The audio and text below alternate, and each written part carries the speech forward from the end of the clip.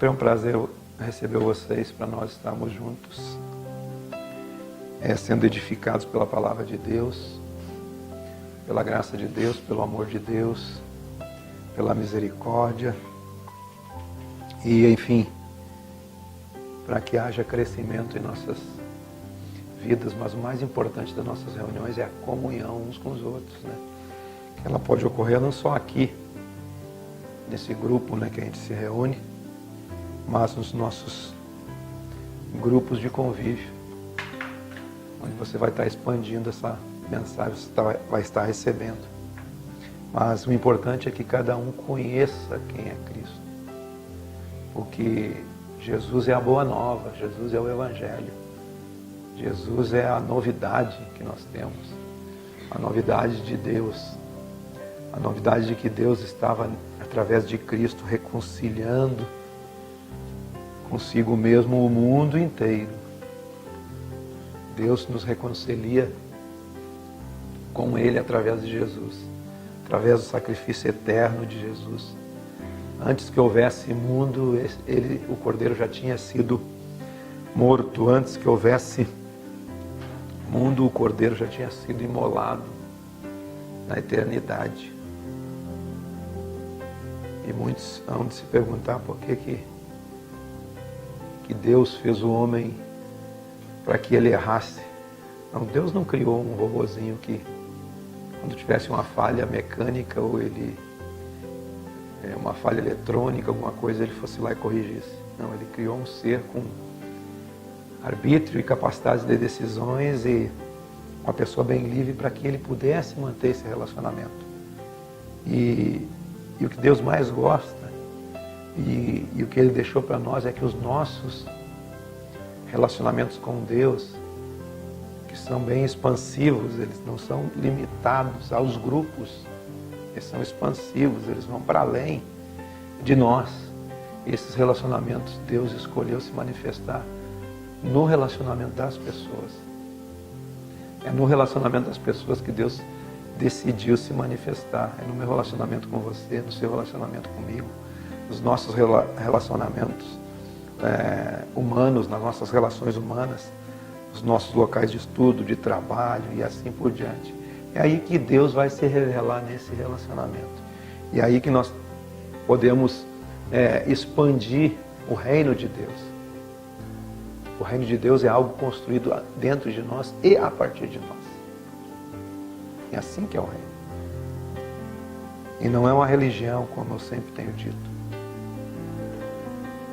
Não é algo que você faz por uma regra, mas é algo que opera na sua consciência. O Evangelho, essa boa nova, essa novidade de vida, ela opera na sua consciência. Deus precisa operar na nossa consciência, nos mudando, nos transformando de dentro para fora, fazendo com que nós sejamos pessoas melhores. Que nós sejamos pessoas boas. Pessoas que estão expandindo o Evangelho. E é nesse processo que nós todos estamos inseridos. Até o pessoal que está ali atrás estão inseridos também. Por menos que vocês conheçam poucas coisas do nosso grupo ou de igrejas. Aqui a intenção não é que você pertença a nenhum tipo de grupo. A intenção é que você desperte a sua consciência para a boa nova, para o Evangelho, para coisas práticas da vida. Que é aqui nessa existência que essas coisas precisam ser aprendidas e agregadas e armazenadas no nosso interior, para que nos momentos que nós precisar desses valores, os valores do reino, com certeza você vai tirar de dentro de você soluções práticas para a vida. Ter a resposta certa para cada situação. Baseado nisso, eu gostaria que você abrisse a sua Bíblia no livro de 2 Coríntios capítulo 3, versículo 2. Diz assim: vós sois a nossa carta, escrita em nosso coração, conhecida e lida por todos. Você precisa ser alguém que todos tenham a leitura correta. que você seja uma carta aberta e lida, que as pessoas saibam quem de fato você é. Não uma carta envelopada, né? Fechada no correio. Para que serve uma carta no correio? Para nada, né? Carta boa é aquela carta que você abre e lê. E aqui o apóstolo Paulo, ele está fazendo essa analogia, comparando as pessoas com uma carta, que a pessoa olha para ela e já tem a leitura de que se trata, de que coisa se trata, de que valores essa pessoa tem, por causa que ela está aberta, está lida, ela é manifesta. Versículo 3. Estando já manifestos como carta de Cristo, produzida pelo nosso ministério, Ministério da Justiça, escrita não com tinta, mas pelo Espírito do Deus vivente, não em tábuas de pedra, não em folhas de papel, olhe para cá, não em folhas de papel.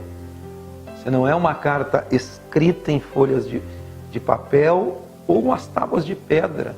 Ali ele faz uma alusão à lei no passado, que ela foi escrita em pranchas de pedra, os 10 mandamentos, mais a lei de Moisés, estava toda escrita ali. Agora nós temos a escritura na Bíblia, em papel. Nós temos a escritura nos celulares, no smartphone, no notebook, no computador. Aonde você vai, você tem a escrita. Mas ele está fazendo essa analogia que nós não somos mais dessa forma. Algo mudou para dentro de nós, algo mudou para dentro da nossa consciência, algo mudou o nosso interior, algo fez com que a nossa mente se expandisse, se abrisse. Nosso espírito, ele foi vivificado em Cristo pela palavra de Deus, pela palavra da verdade, e ele diz que essa palavra, ela não é escrita com tinta, mas é pelo Espírito de Deus. Tem um texto que diz que nos últimos dias a aliança que ele faria conosco seria uma aliança não de letra, mas uma aliança em que ele escreveria toda a sua palavra no nosso espírito, no nosso coração. Vos darei um coração novo, vos darei um espírito novo, porei dentro de vós o meu espírito. Vocês serão outras pessoas, mas não pessoas todas encaixotadas, regradas, que sabem os mandamentos, sabem a escritura, sabem a religião. Essa escrita é no seu espírito. Essa inscrição, ela tem que acontecer no nosso espírito. É aqui que as verdades do reino, as verdades do Evangelho, as verdades de Cristo, não são as verdades de A, B ou C, não são as verdades desse, daquele ou daquele outro, não são as minhas verdades, mas as verdades que o Evangelho transmite para nós, que o Evangelho que Jesus veio, se fez carne, nessa terra habitou entre nós, e ele nos ensinou um padrão de vida. E esse padrão de vida, ele tem que se misturar conosco. Isso tem que se misturar dentro do nosso espírito, que é o nosso espírito, a parte em nós que tem essa comunicação com o mundo espiritual. E é por intermédio de Cristo que temos tal confiança em Deus.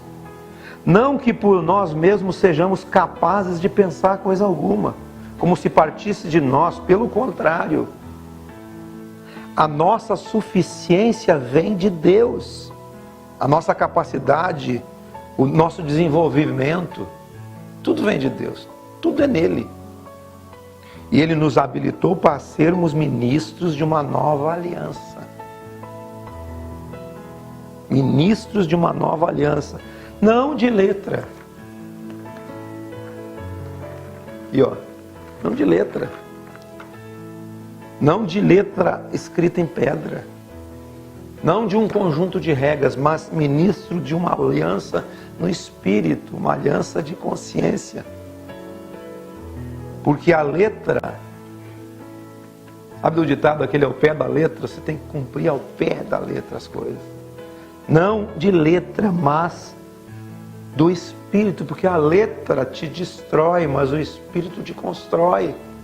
A letra te mata, o Espírito te vivifica por dentro. Tudo que você aprende do Evangelho vivifica você por dentro. Traz luz às áreas escuras, traz luz às trevas dentro de nós, as áreas da nossa vida que se encontram obscuras, em trevas. Jesus certa vez disse que os teus olhos são a lâmpada do teu corpo. Se os teus olhos forem bons, você terá a luz do seu corpo. Mas se o que você vê são trevas, porque as trevas já estão em você, quão grandes trevas são. Por isso esse ministério entregue para mim, entregue para você, à medida que você conhece a Cristo, conhece o poder de Deus, conhece o Evangelho. E aí eu não estou falando de religião nenhuma, mas conhecer o amor de Deus, que excede todo entendimento, que guarda os nossos corações em glória em Cristo. O amor que Deus derramou por nós em Jesus Cristo, o qual Ele veio, habitou aqui nessa terra e trouxe um modelo para mim e para você. Um modelo a ser seguido, um padrão a ser seguido, um padrão de caráter, um padrão de vida, um padrão de amor, um padrão de graça, de misericórdia e de valores e mais valores do reino de Deus. Isso é no nosso espírito, no nosso coração, na nossa consciência, que precisa e está sendo desenvolvido à medida que agregamos, ajuntamos e escolhemos por liberdade de escolha seguir esses valores. É isso que o Evangelho faz. 1 Pedro capítulo 2. Você é ministro de uma nova aliança, ministro de uma nova consciência, de um novo coração, de uma nova vida. Você começa no seu dia a dia a desenvolver valores tais que eu vou estar lendo aqui nesse texto. Ele diz assim, ali no versículo 11, 1 Pedro 2,11, diz assim: Amados, eu exorto-vos como peregrinos e forasteiros. Você não é daqui, você é peregrino neste lugar. Você está passando aqui um tempo que vai de 0 a 80, 90, 100. É um tempo de peregrinação. A sua peregrinação é nessa terra. A vida de uma pessoa é como a erva, e a glória de uma pessoa é como a flor da erva. Seca-se a erva, cai a sua flor, mas aqueles que têm a palavra do Senhor permanecem para sempre. Amém? Essa é a nossa vida. Então, nós somos peregrinos até que a erva seque. Até que a glória, o melhor de si é aquela flor. Aquela flor cai, a erva seca, mas a palavra de Deus vai permanecer para sempre. Tudo que você foi, tudo que você agregou dentro do seu espírito vai viver para sempre. Você é um ser eterno. Então eu exorto, como peregrinos e forasteiros que somos, a vos absterdes das paixões carnais que fazem guerra contra a alma. Paixões carnais é as paixões do psique, de uma alma, de uma vida sem o governo do Espírito. O governo do Espírito é a parte em você que se relaciona com o Evangelho, governando a sua vida. Isso é governo do Espírito. A parte em você que é vivificada dentro de você, que governa todo o resto. Então ele está dizendo, através disso você abstém-se das paixões carnais, que elas fazem guerra contra a sua alma, contra o seu ser. A sua alma, sua mente, suas emoções, suas vontades, sua psique, isso é o seu ser. As paixões carnais fazem guerra contra o seu ser. Por isso você precisa edificar o seu espírito. Crescer no espírito é crescer no Evangelho, é crescer na Boa Nova, é crescer no poder de Deus, é crescer na parte em Deus que se relaciona com Ele próprio. Mantendo exemplar o vosso procedimento no meio dos gentios, no meio dos outros, para que naquilo que falam contra vós, como de malfeitores, quem aqui já não foi ofendido por alguém que chamou você de malfeitor, de mau caráter, de sem vergonha, disso ou daquilo? Você pode adicionar o adjetivo que você quiser. Então eles falam muitas vezes, mas quando eles observam nas nossas boas obras, eles glorificarão a Deus quando Deus se manifestar para eles. No dia da visitação de Deus, eles verão o poder que você tem. Quando os olhos se abrem, como o texto que eu li ali em Coríntios, mais adiante naquele texto, ele vai falar que quando eles liam a Torá, quando eles liam a lei, os 10 mandamentos, algo estava posto nos olhos deles. Algo estava posto nos olhos deles. Mas um dia eles conheceram a verdade do Evangelho e o véu foi posto e tirado do seu coração. Eles ficaram livres para servir a Deus de consciência. Eles ficaram livres para servir a Deus não por regras, mas por consciência. Não por regras, mas por verdade. Esse é o ministério que nós temos. Não é algo de letra, regrado, escrito. Todo escrito de dívida que era contra nós, nos era prejudicial, foi destruído por Jesus. A minha culpa, a minha condenação, o meu pecado de hoje, de ontem e de amanhã, ele já foi carregado por Jesus. Hoje eu preciso abrir a minha mente, a minha consciência, abrir o meu coração e receber a palavra do Evangelho, como ele diz aqui no texto, não como meninos que precisam tomar leite, mas você precisa crescer num alimento espiritual genuíno que faz você se fortalecer por dentro, que é a palavra da verdade. Sujeitai-vos a toda instituição humana, não por causa de temor, mas por causa do Senhor. Quer seja o rei como soberano, quer as autoridades como enviadas por ele, tanto para castigo dos malfeitores, como para louvor dos que os praticam o bem. Então as autoridades, elas estão aí para a correção dos malfeitores e para louvor daqueles que praticam o bem. O Evangelho ensina isso, a você respeitar as autoridades. Porque assim é a vontade de Deus, que pela prática do bem, façais emudecer a ignorância dos insensatos. Porque assim é a vontade de Deus, que pela prática do bem, façais emudecer a ignorância dos insensatos. Mas como livres que sois, não usando todavia da liberdade por pretexto da malícia, mas vivendo como servos de Deus. Tratai a todos com honra. Amai os irmãos, temei a Deus, honrai o rei, as autoridades, as pessoas que se aproximam. Isso é Evangelho.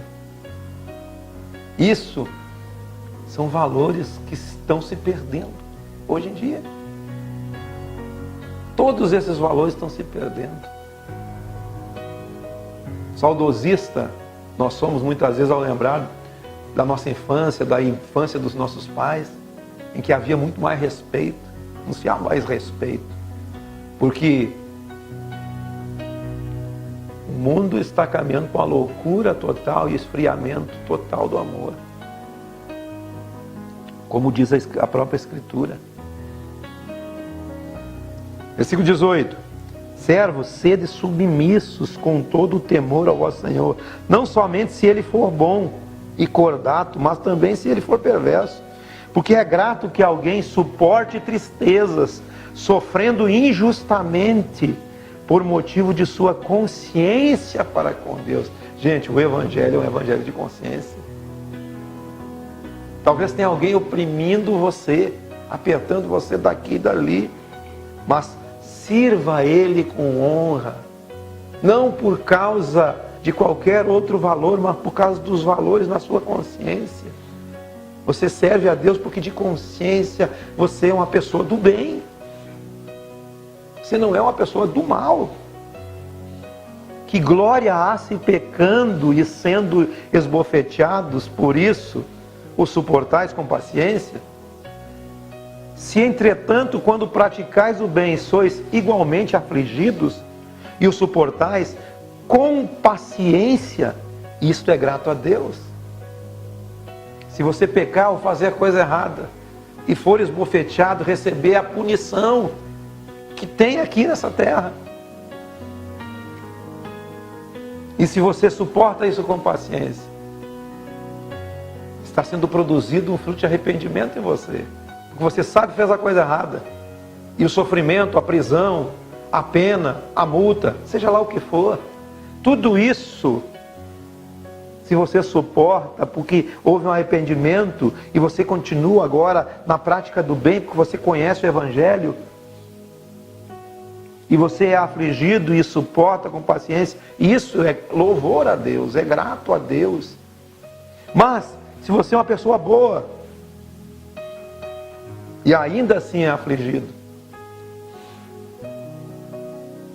ainda assim é oprimido, isso é grato a Deus também.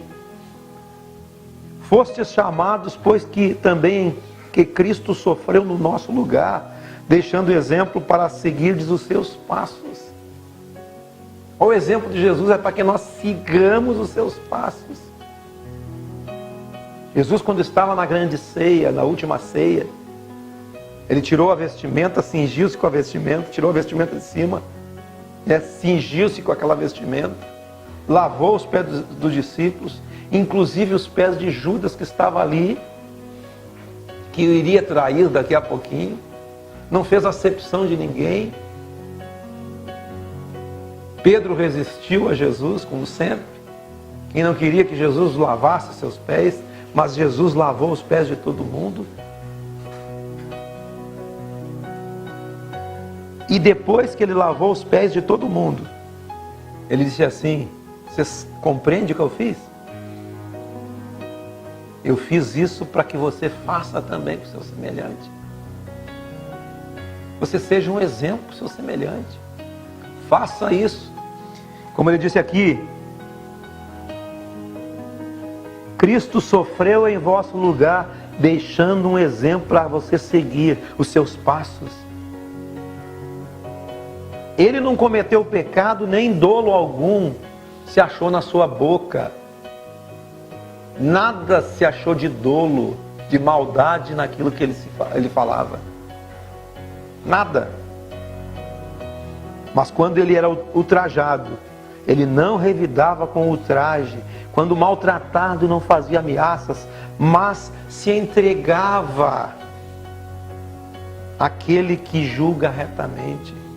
Se você está passando por opressão, se você está passando por momentos em que você está sendo oprimido, está sendo esbufeteado, entrega tudo isso àquele que pode julgar tudo retamente e com justiça. Entrega a Deus, entrega ao Senhor. Ele carregou consigo mesmo no seu corpo, sob o madeiro, os nossos pecados, para que nós, mortos para os pecados, vivamos para a justiça. Por suas chagas fostes sarados. Nós temos um exemplo. Nós podemos seguir o Evangelho. Nós podemos seguir a Cristo. Nós podemos exercer o ministério da justiça. Não o ministério de letra, mas o ministério do Espírito. Uma mente, uma consciência transformada. Uma consciência aberta, livre. obedecendo a Deus por liberdade, não por opressão, e não por aqueles que te oprimem, e não através de mandamentos de homens, mas tendo uma consciência livre. Vai ali para o capítulo 3, versículo 8. Finalmente, amados, sede todos de igual ânimo. Sede todos de igual ânimo, compadecidos fraternalmente, amigos, misericordiosos, humildes, não pagando mal por mal, ou injúria por injúria. Antes, pelo contrário, bem dizendo. Alguém pode me dizer o que é bem dizer? É dizer palavra boa. Não pagando mal por mal ou injúria por injúria. Antes, pelo contrário, bem dizendo, falando tudo que é bom. Pois para isso mesmo você foi chamado, para falar coisa boa. Você não foi chamado para xingar, para ofender, para oprimir, para humilhar, para usar sua boca com injúria. Mas você foi chamado para viver no ânimo do Evangelho, na misericórdia, no amor fraternal, amigo, misericordiosos, humildes, a fim de que você receba bênção por herança. Quem quer amar a vida e ver dias felizes, refreie a sua língua do mal e evite que seus lábios maldigam, falem dolosamente, refrear a língua do mal, da palavra torpe, da palavra que não produz edificação nenhuma, mas antes uma palavra destruidora, terrível, assassina. Uma palavra que mata, que destrói, que não constrói nada, que não edifica nada. Use a sua língua para a sua edificação e não para a sua destruição. Tudo que você fala provém do que você pensa. E tudo que você pensa é o tesouro que está no seu coração. Tudo que você fala é originado no seu pensamento, de algo que está acumulado lá. É de lá que vem. Tudo que você fala. Mas aqui, o apóstolo está nos dizendo que nós devemos refrear a nossa língua do mal. Aparte-se do mal, pratique o que é bom, busque a paz e empenhe-se por alcançá-la. Faça um esforço para buscar a paz nos relacionamentos. É nos relacionamentos que nós precisamos buscar a paz e nos empenhar por alcançá-la. Fazer de tudo para que você não espalhe com o Evangelho, mas ajunte. Jesus disse: quem não é por mim, é contra. Quem comigo não ajunta, espalha. Então é melhor você ajuntar. Entenda o espírito que você pertence. Você pertence ao espírito do Evangelho.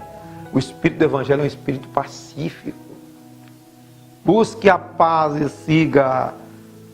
Busque a paz e empenhe-se por alcançá-la. Porque os olhos do Senhor, Deus está nos olhando. Eles repousam os seus olhos sobre os justos. E os seus ouvidos estão abertos às suas súplicas. Mas o rosto do Senhor é contra aqueles que praticam o mal. Quem há de vos maltratar se fordes zelosos do que é bom? Se você está se empenhando para fazer o bem, quem é que pode se levantar contra você e maltratar você se você está fazendo o bem? Se mesmo assim alguém se levantar e fazer o mal para você por inveja, porque você está fazendo o bem, você seja grato a Deus, porque Deus vai resolver essa situação para você. O problema é que nós queremos pagar o mal com o mal, injúria por injúria. Mas ainda que venhais a sofrer por causa da justiça, por causa daquilo que você crê, por causa do Evangelho em você, por causa da nova vida em você, bem-aventurado você é. Feliz. Mesmo que aconteça tudo isso, tudo ao contrário, você fazendo bem e tudo dando errado, você é feliz. Não vos amedronteis, portanto, com as suas ameaças, nem fiquei alarmados. Antes, santificai a Cristo como Senhor no vosso coração, estando sempre preparado para responder a todo aquele que vos pedir a razão da esperança que há em você. Você tem que estar preparado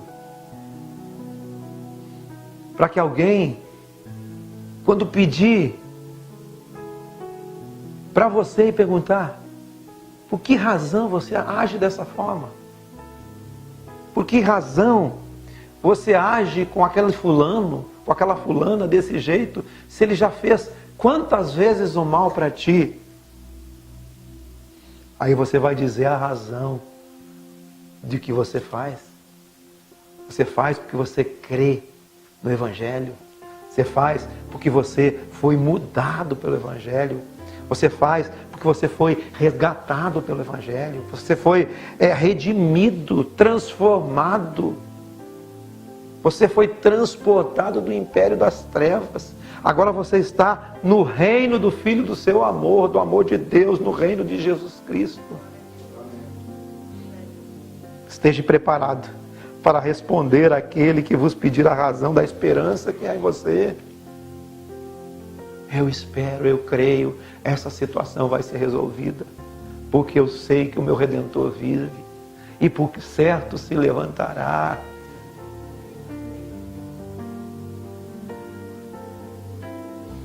Como Jó disse, eu te conhecia de ouvir falar, mas agora eu sei quem tu és. Meu Redentor vive, eu sei quem Ele é. Essa é a razão da esperança que você tem que dar àqueles que te perguntam. Mas está acontecendo isso, tem doença, tem isso, tem aquilo. Mas há uma esperança. Nós temos esperança.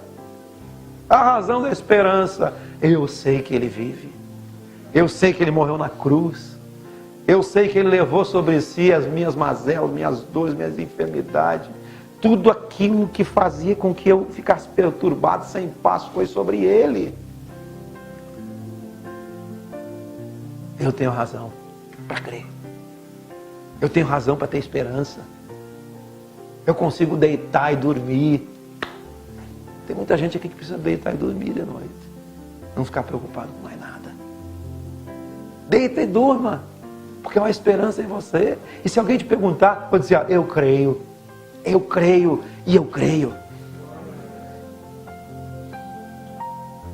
Nós não somos como os outros que não têm esperança. Perde-se a esperança quando a casa caiu, quando a casa vem sobre eles. Quando aquela casa que de fato não estava sendo construída na rocha, estava sendo construída em fundamento incerto, aquela casa foi abalada. Aí não há esperança. Mas comece a construir um firme fundamento. E aí vão te perguntar, mas por que você está de pé ainda, com tudo que te aconteceu? Porque eu creio. Eu creio no poder de Deus. Eu creio no poder do amor. Eu creio no poder do Evangelho. É receita, gente. É uma receita fantástica que nós temos aqui. A receita que o Evangelho nos dá para viver bem. Santificai a Cristo como Senhor em vosso coração, no vosso espírito, estando sempre preparado para responder a todo aquele que vos pedir a razão da esperança que há em vós. Mas fazendo isso, todavia, olha só, com mansidão, com temor, com uma boa consciência, é tudo aí, com uma boa consciência, de modo que naquilo que falam contra você, eles fiquem envergonhados, e aqueles que te difamam, e difamam o vosso bom procedimento em Cristo. Eles vão se envergonhar. Porque se for da vontade de Deus, é melhor que sofrais por praticar o que é bom do que praticando o mal. Porque se você for castigado porque pratica o mal, isso é justo. Mas a injustiça você praticando o bem e ainda sofrer o dano. Mas nós temos esperança. E pela esperança nós podemos sofrer o dano praticando o bem. Mas a esperança da glória de Deus, da manifestação de Deus em nós e em todas as circunstâncias, ela é presente porque nós cremos. Isso é motivador para nós. Nós temos esperança. Nós temos graças. Nós não somos desgraçados. Desgraçados, sem graça. Aí Apocalipse fala dos desgraçados, miserável, pobre, cego e nu. Nu porque não se vestiu de justiça, cego porque o olho não abriu. A fé, o olho do nosso espírito, eles não creram, o olho não abriu. Então não tem como enxergar coisas boas. Desgraçado sem graça. Não recebeu a graça, porque a graça é de graça, senão não seria graça. Mas nós fomos comprados por bom preço. Preço de sangue. Sangue derramado na cruz do Calvário. Sangue de Cristo. Sangue que nos purifica de todo pecado. Todo pecado está purificado pelo poder desse sangue. Eu nunca vi Cristo. Mas eu consigo responder a todo aquele que me pedir a razão da esperança que eu tenho nele, em Cristo. Faça isso. Esteja preparado. Fazendo de boa consciência, com mansidão, com temor, naquilo que falam contra vós, fiquem envergonhados os que difamam o bom procedimento, porque se for da vontade de Deus, é melhor que vocês sofram por praticar o que é bom do que praticando o mal. Pois também Cristo morreu uma única vez pelos pecados, o justo pelos injustos. Estão todos aqui os injustos. Mas Ele nos justificou nele.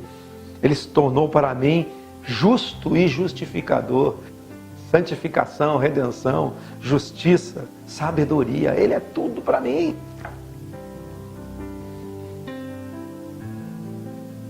O justo pelos injustos, para conduzir-vos a Deus. Morto sim na carne, mas vivificado no Espírito. Ele morreu na carne, mas foi vivificado no Espírito. O primeiro Adão foi feito alma vivente. Mas o último Adão, Espírito vivificante. Ele nos vivifica. Capítulo 4, versículo 1. Ora, Cristo tendo sofrido na carne, armai-vos também vós do mesmo pensamento, pois aquele que sofreu na carne deixou o pecado, para que no tempo que vos resta na carne, já não vivais mais segundo as paixões dos homens, mas segundo a vontade de Deus. Viu que o texto lá do início, né? Não andais segundo as paixões da carne. Ele vai completar aqui. Para que no tempo que vos resta na carne, já não sirvais de acordo com as paixões dos homens, mas segundo a vontade de Deus.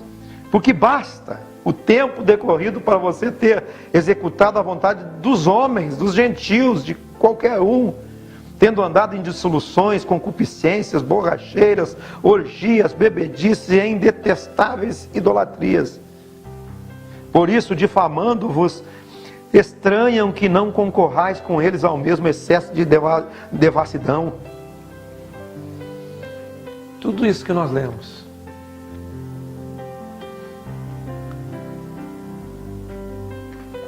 precisa ser desenvolvido e agregado dentro do nosso espírito, dentro do nosso coração, invadir nossa mente, nossas emoções, nossas percepções.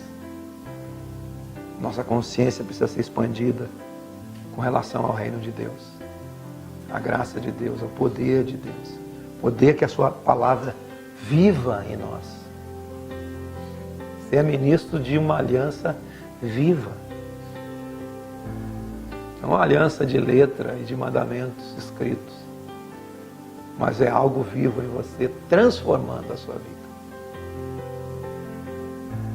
Por consciência livre, sendo livres, a ponto de você ser tão livre que alguém vai olhar para você e dizer: vem cá, o que acontece contigo? As pessoas tentam te destruir, mas você é indestrutível, sim. Nós somos eternos, somos indestrutíveis. Porque há uma razão. Eu creio no Evangelho. Esteja sempre pronto a apresentar a razão da esperança que você tem no Evangelho, em Cristo Jesus. Amém?